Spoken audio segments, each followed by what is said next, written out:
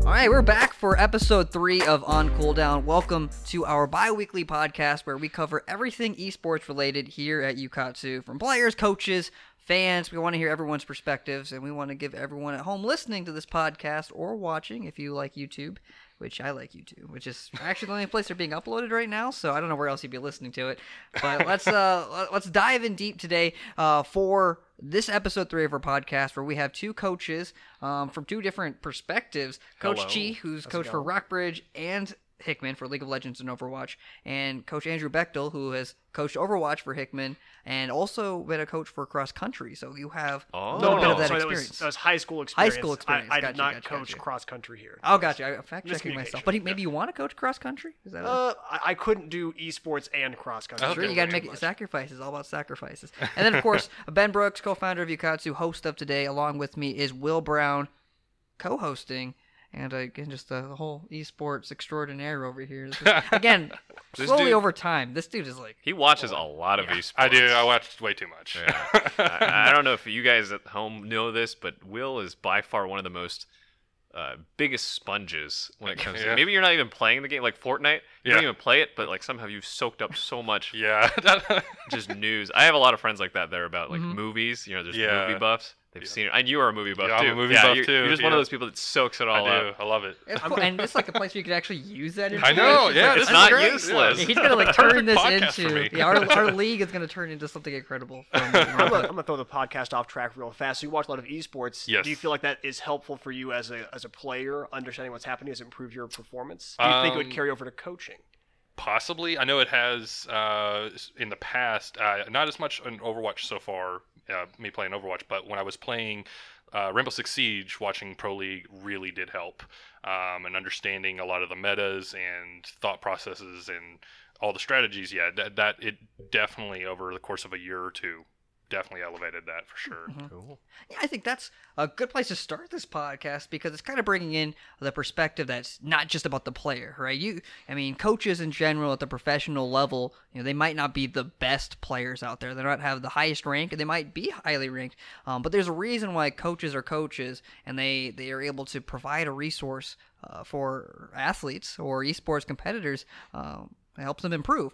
And I guess that's kind of this perspective here, especially since the whole coaching concept is kind of new for esports players. It's kind of like, why do I need a coach? Why I'm better than these than these players? And that's like that's the perspective that professionals have all the time, especially before, years ago, and even now in specific games. It's like, why do I need a coach? I am higher rank. He couldn't get to my rank. Why do I need a coach? And more than anything, we know that's not the case. Always got to bring it back to traditional sports. Like, coaches are a pivotal part of success. And I guess kind of going into the seasons for both of you, what kind of perspective did you guys have? You guys haven't been esports coaches before, or coached of high schoolers before, I guess. What kind of was your perception kind of going like? Were you worried that kids might have that mentality? I guess I'll speak. You started off, yeah. So, I'm relatively high ranked in Overwatch, but I learned very quickly I have players that are higher ranked than I am. And so I guess my biggest concern kind of going in terms of expectations was, do I know enough about the game? I don't really follow the professional esports scene, so do I know enough about the game to help these students if they are higher ranked? And I guess I kind of found over time that it didn't really matter because the coaching is not just about game knowledge, but also helping the team work together and help them see the bigger picture and the reason that we're there and gathering as a group to play this game. So as far as expectations, What are you expecting? I thought I'd be watching a lot of Overwatch. I'd play some Overwatch. I'd be helping kids get better at Overwatch. So was your focus primarily on teamwork, or was it more of like I'm assuming you didn't really do a whole lot of fixing their mechanics. No, right? We didn't really have that opportunity because we didn't have a space to practice. Right. Occasionally, we could come down here and use your all's facility, which was fantastic, but there's just not really enough time to work with any student one-on-one in the time that we had. So it was a lot of talking about composition choices, looking at how the other teams build their compositions versus what our pool is, and sort of working on that aspect of the teamwork, as well as, sort of mending any relationships that might get. Right. Any It's toes that get high stepped school, on. right? It's high school, High yep. school, there's drama. That's what it's all about. But I mean, my kids were pretty good. There weren't any major issues, I don't think. yeah, well, that's good. I mean, that's always good to hear. Definitely. Yeah. So you're talking about expectations going into Yeah, it. yeah. and then What did you I- expect? I mean, especially since Oh man. So. he's co-founder of Ukatsu too, so he Yeah. already works with a lot of these kids. But it's a very different thing going into Oh, being super like, different. we want to win, right? Yes. So if we back up a little bit, being the co-founder of Ukatsu, my responsibilities were already pretty divided. I was pretty spread thin. But even before that, we should talk about why I specifically became one of the coaches. You think, well, he's already the co-founder. Like, why does he have to do another job coaching here? And the qualifications for a Ukatsu coach, I think, are higher than your standard anything coach, in the sense that, yes, you have to be knowledgeable in the game, but you also have to understand that this is a youth development endeavor first and foremost. That's something that you already know because you're a teacher, right?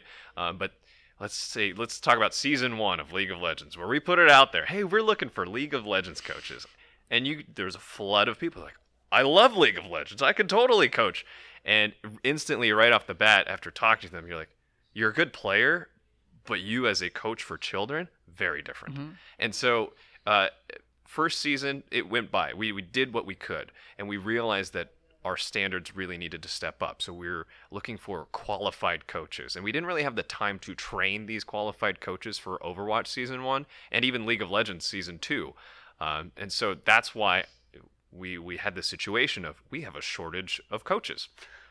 Who is qualified to, first and foremost, try to teach these kids what it's like to be a part of a team, to be a part of a commitment, to get along with people they might not normally get along with or group up with, and then, of course, try to have a winning season, right? By being somebody who's proficient enough at coaching them.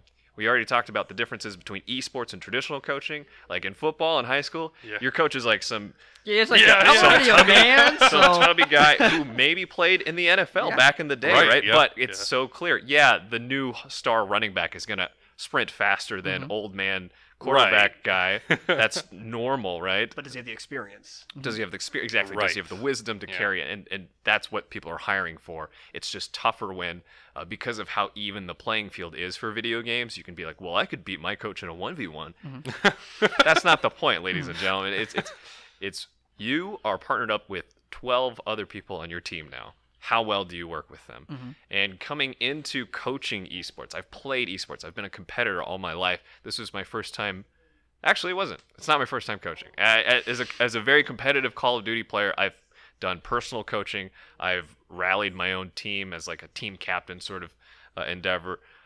So this, now that I think about it, it all goes back to my first days as a Call of Duty World of Warcraft person, where you're a part of big organizations that are meant to scrim, that are meant to practice. It's just that going into this specific instance in my life, by being the co-founder of Ukatsu, looking back, I don't know if I gave enough time to my teams. I did the best that I could, is what I think. Some of the teams, like you said, very skilled. Overwatch Season 1, I was working with master tier players. Most of them had already grouped up together, so my focus was how do they get along with the 1 or 2 players they don't normally play with. Coaching the novice kids, that's fairly basic. We do that at Ukatsu every single day. Then there's those middle tier players, right? That you're just like, I see the potential in you. Yeah, man. how do you I- hone that in? I see this potential. You might not see it, or maybe you're putting yourself down for it. You might not feel as confident, but I will, as a coach, want to bring that out. You are just as good or just as capable of top 1 Darius in the world. It's just how you put your time and effort into this whole thing. That was the big lesson that I drew. And it was not a smooth road for all the coaches. That's Yeah, I know going into this, we'll have more podcasts where we want to discuss kind of what makes a good coach, and especially as we start considering how we want to train our coaches down the road, because that's very important to us. But as Joe mentioned, we ran into a lot of situations where we found people who wanted to be a coach, specifically college kids who, A, don't have a lot of time, they and do. B, money. They do have a lot of right, time, but the management it's a perception, of the time, yes. perception of the amount of time they have, and B, most of what they consumed and their idea of being a coach kind of came from the professional scene. Everything Right. they saw was, this is how you be a professional coach. This is how you make team comps. This is how you make kids good. But in high school, that's not necessarily the case, right? Right. It's about that child development first, and you Yeah. got to run into it.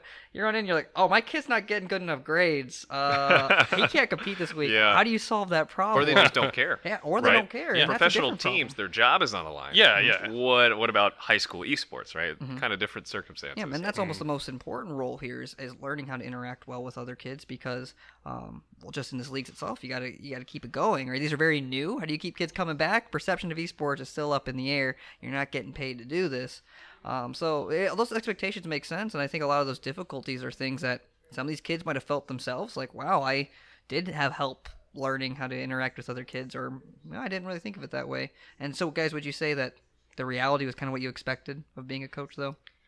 Like, kind of, it's like only because I started Ukatsu and we've done summer camps, we've done one-on-one coaching. Like, I know how kids react to difficulty, and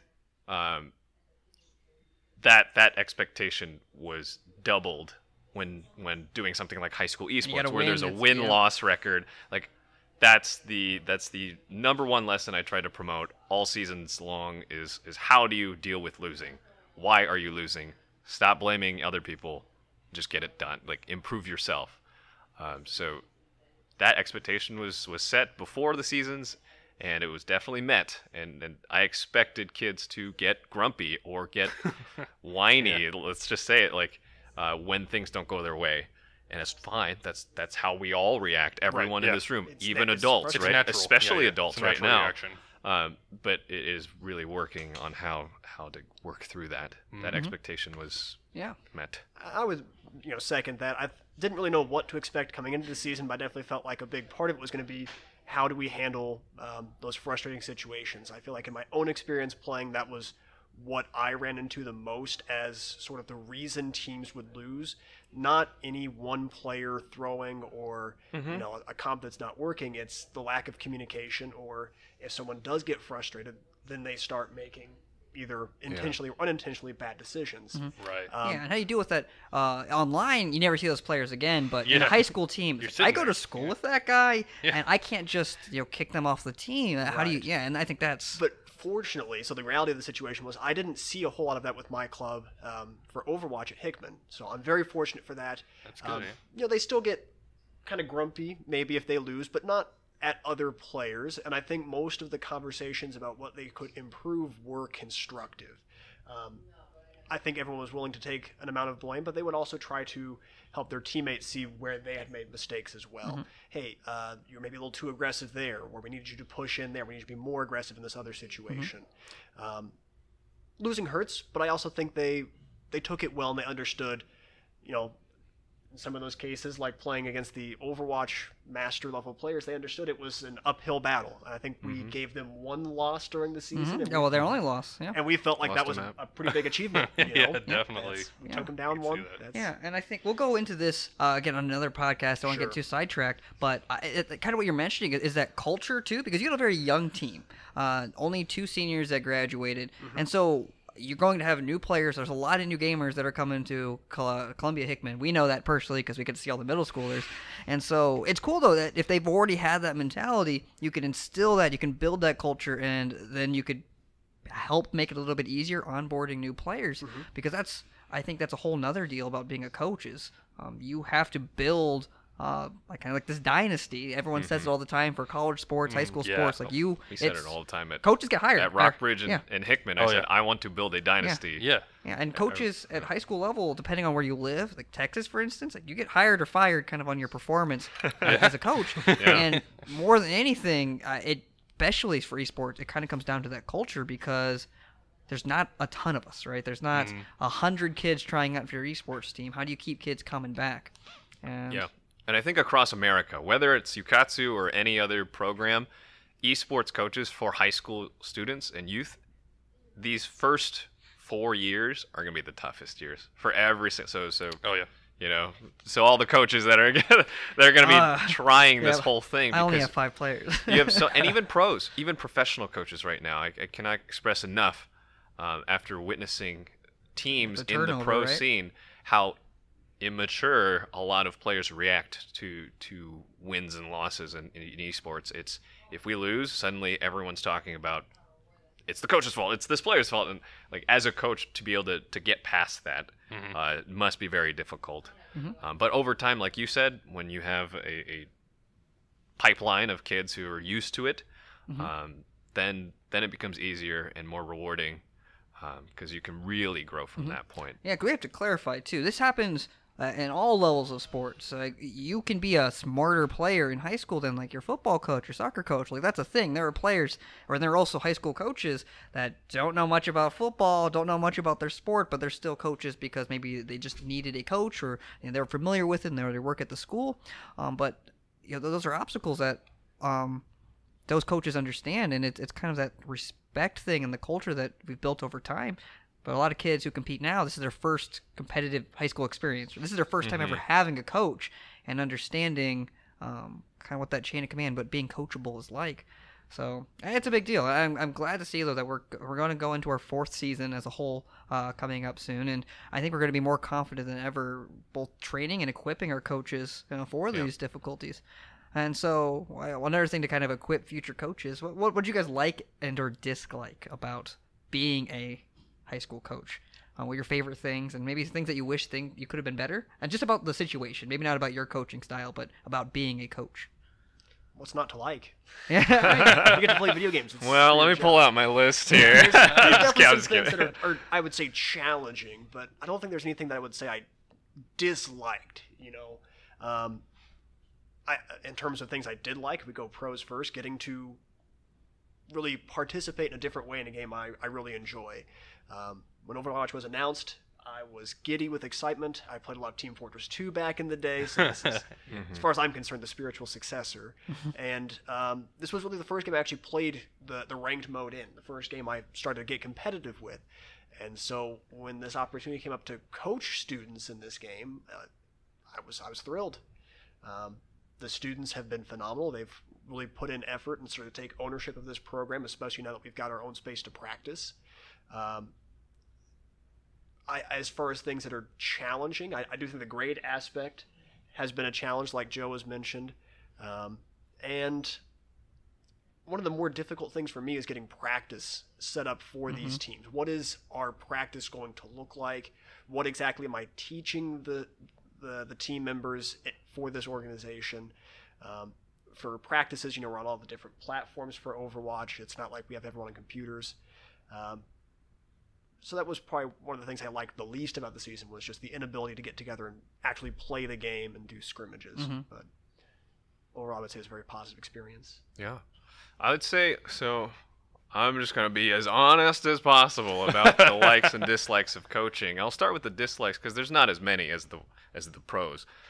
So some challenges or dislikes that the league really, and this will happen wherever a competitive space is shared, is the amount of rumor, the grapevine stuff that this person did this and this person's ineligible for this, and just a lot of kids trying to take down other kids in this scene. And again, I firmly believe it happens even more in other leagues too.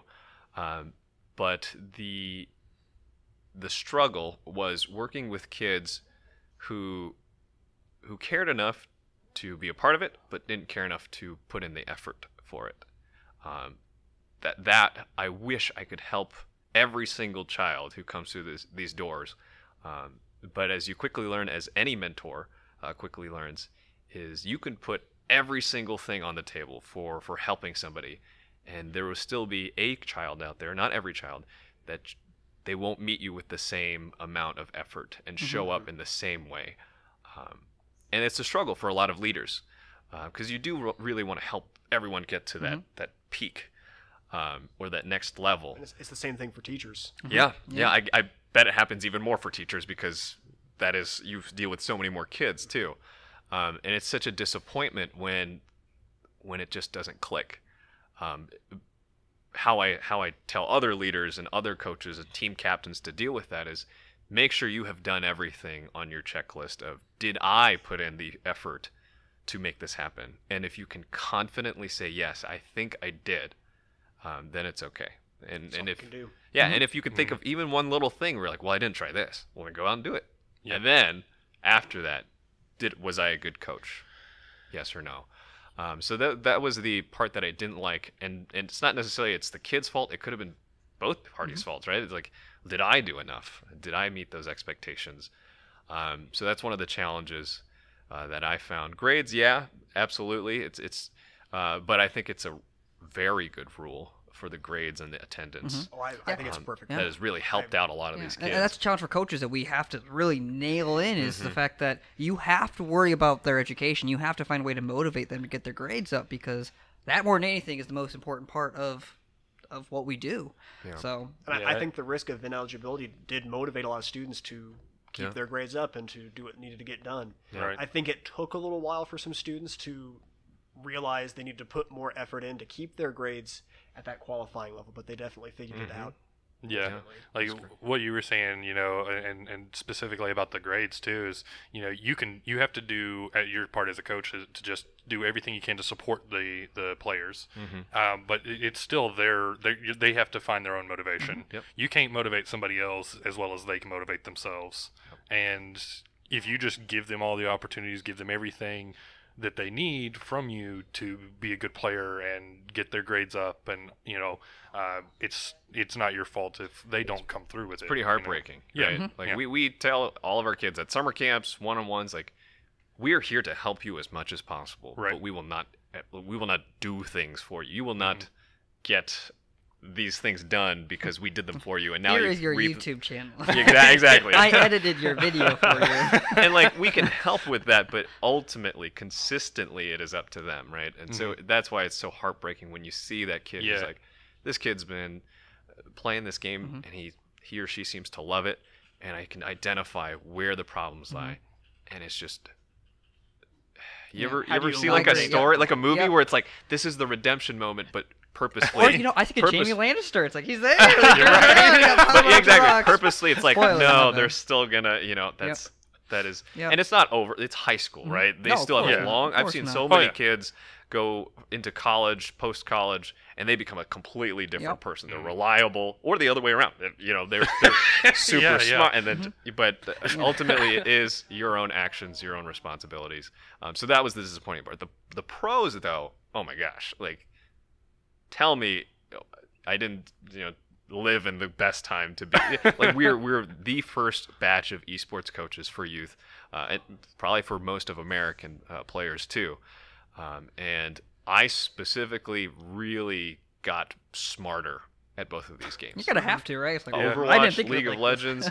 Yeah, I mean you're playing from the commander, portion of you're trying to beat another team and exploiting. It's like another game, right? And everything becomes clear. Especially League of Legends, like, oh my, just do this, do this strategy in this instance, and we win. I was told a long time ago that the best way to learn anything is to teach it. Like because to teach it, you have to know it better. Yeah, and it helps the players too. Like, just imagine having a second set of eyes and brains to analyze what you're doing. Oh yeah, like that is worth paying for. That's why people hire golf coaches.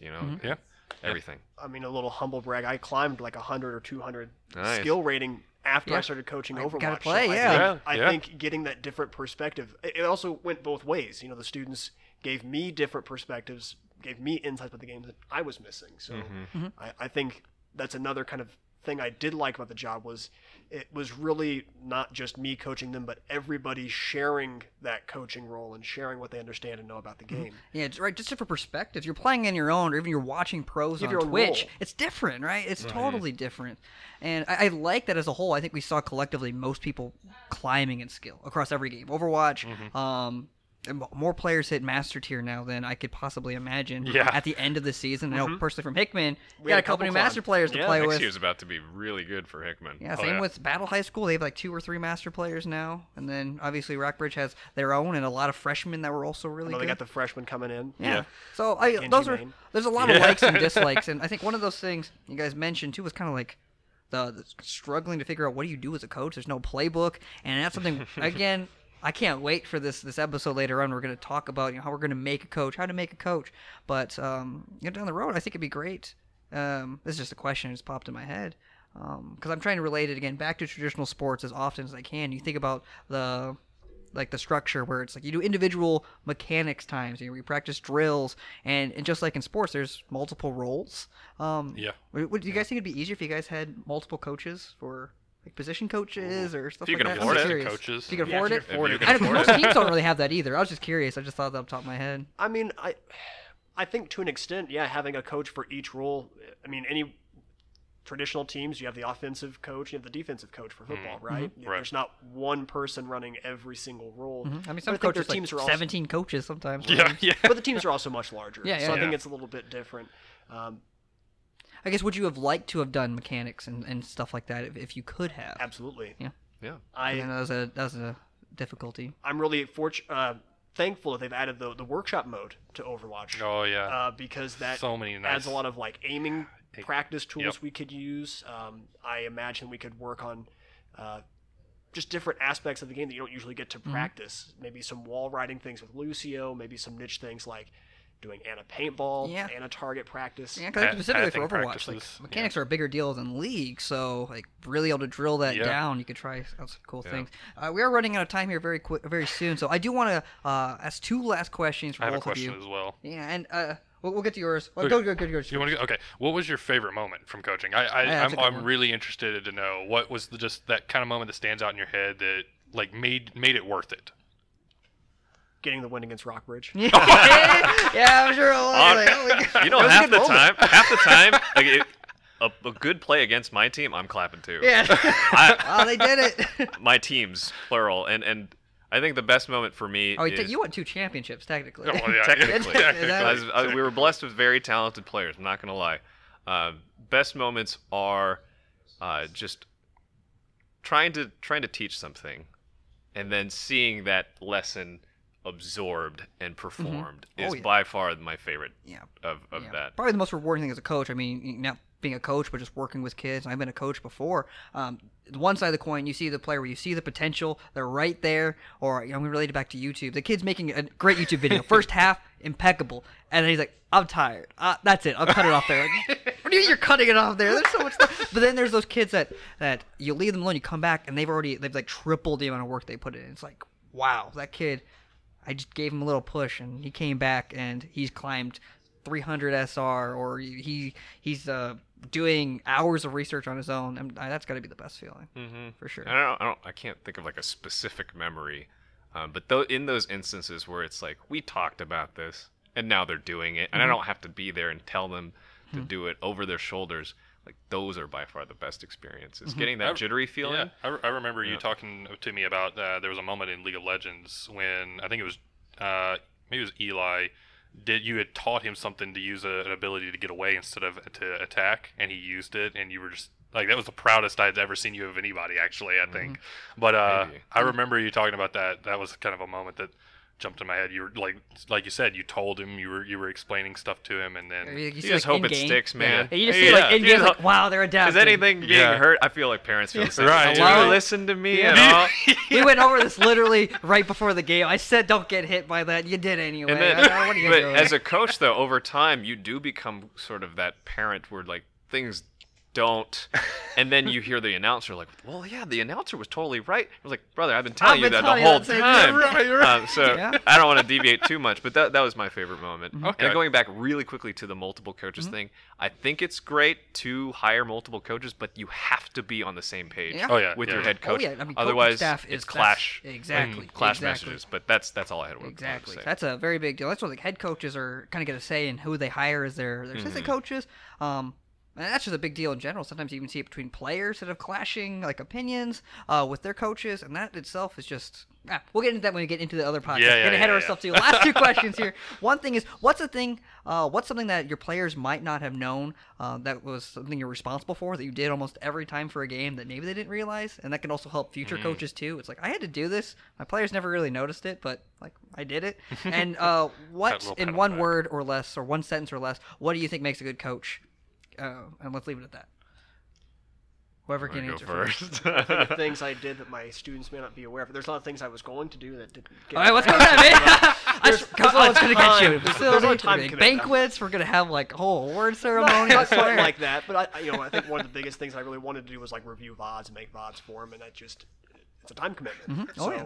You're a full-time student And or a that's teacher. Full-time teacher. So I think if my students knew anything, it'd be that I'm also a full-time teacher. I do want to commit time to this, but I've got to balance, my main career and then this job, and then also just my personal life. Yeah. And eating.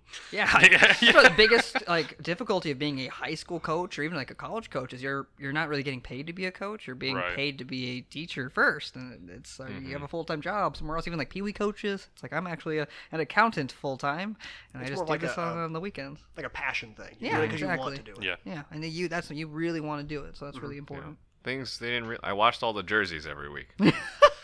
That's big. So That's a big that one. is a very and big if one. I really didn't big wash one. them, I sprayed them down. He but said he washed them. that only happened Couple a handful of times. times. A couple of times. It's like 4 o'clock. By the way, kids, you're supposed to show up at 5 to 5:30. Yeah. You kids are showing up at 3:30 or 3. That's why Give the them time to jerseys get didn't ready. get washed. Yeah. Just saying, just put it out there. But I think what most players and students don't realize is how much time, and probably just children of parents realize, is how much time we spend thinking about each person individually, of like, how can we help this player? And it might not come through all the time, but you think about it a lot. If you're ever a bad texter, you know exactly what I mean. You think of the response. You're like, you have emotions. I sent it. You want to say this thing, and And then then all you of a sudden say you yes. you forget to send it. But you spent that time thinking about it, and the effort, the attention, is what I hope in the future, as they grow up, they'll be like, yeah, they kind of did care, because we care a Yeah, lot. I think We for care kids, enough you to have remember the that patience moment. to be Yeah. a coach, to try to drill these things into you. So that was it. Yeah, I can't speak for everyone, but I know my happiest moments, or the moments that grew the most, I always think of a coach. It's like, wow, they were there and they helped me through. I learned this because of a coach I had in my life. And maybe you guys down the road, you'll get messages. I know I've sent some when I get older. You'll get a text or an email 5 years from now from a kid that's like, you really changed my life. And you might be like, well, I'm glad. We'll see. But you never know. Actually, I have a story about that. That we don't have to share here. We can continue this conversation on another episode or something along those lines, because I think that the most important part of a coach is being that role model, It's always a waste to be a coach, right? giving support to your players. Yeah. How do you to the motivate point that, kids, right? How do you Right, motivate yeah, high like schoolers? there's a Crazy. lot that goes into it, but yeah, I have a story that I actually a role model of mine recently is actually achieving his dreams, and now after many years of doing something else he really liked, but it's inspiring to me to see him once again doing that, and I finally got to let him know that, and it was nice. But last thing, What was the last question? what makes a good coach? 1 sentence or less. I know You it's go less than a first. sentence. A word? Well, I think it kind of. A word. I think Joe said it earlier. Patience. I think that's the biggest thing for being a coach. Kids will take time to really have this stuff sink in. So be patient with them. Yeah. And I guess to add on to that, because that was also the number one word I was thinking is attention, affection. And- To everyone. That's a big and you gotta you Oh, have to be very patient. You have Yeah. to be very caring about everything that you do, and just hope that it's that ignites something within the player to be like, you know what, yeah, it wasn't this, it wasn't that other person, it was me. Let's focus, and then whoever can bring that out the most within their players, like, that's gonna be the best coach. Yeah, not everyone can be a good coach, and that's not everyone can be that motivator. And I hope though that more than anything, if you're a good coach, you're not a good coach, or I hope that the players understand and realize that coaches are there. They have your best interest at heart. They want to help you. They want to help you succeed, and that's what really matters. And I think that's what's important. And I'm glad to see that both of you guys enjoy your experience. I enjoyed it. 110. Yeah, like 110%. hey, we're still looking for more coaches, more than anything. I will never be a high school coach again just because of our positions. And I will say this one more time, and I know a few of the kids know it, like being a coach was one of the best worst things. I was able to invest my time into students, and I'm very competitive myself. I wanted to build a dynasty, but I feel like at the same time, by being a coach for X school, you lose the trust of another school. Sorry, Joe, you're not allowed in our Discord anymore. It's so crazy how quick that turns. Yeah, you know, I was a coach for competition brings out the Rockbridge. best and the worst in people. Yeah, I was coach for Rockbridge, and then I was a coach for Hickman. But it felt like the past was erased. You know. Yeah, here's a quick question from the audience too. Is Battle next? Are you doing a whole I trip? can't. You good? I care too much about being the co-founder of Ukatsu and giving that full attention to every kid and not wanting kids from X school to feel like they can't talk to me because I was the coach for this school. That was by far the worst thing entirely from this whole experience. But I did learn a lot from being a coach. And I'm very glad that I was able to get that opportunity. You have a closing thought as well, Andrew? I was just saying no hard feelings, but having removed from the Discord, right? Yeah. No, it's not removal from the Discord. It's like that I told them to do that. Okay. But it's the attitude. I understand It's- that. Yeah, Yeah. yeah. And so I hope everyone watching this knows that, like, coaching aside, there's a very particular reason why Ben and I started this company. And it's because we have the commitment to you kids out there. We have trust me, coaches for high schools, teachers, parents, like they got respect, man. Lots of respect. They wouldn't be doing what they were doing They didn't care. if they didn't care, right? So, Absolutely. yeah. That's a good place to end this podcast. So this is episode 3. We left you a lot of tidbits for what future episodes are going to be like. I actually know of a number of people that are kind of in the backlog that have a bunch of things they want to talk about. So we will get to you. They're going to start getting released bi-weekly on Thursday.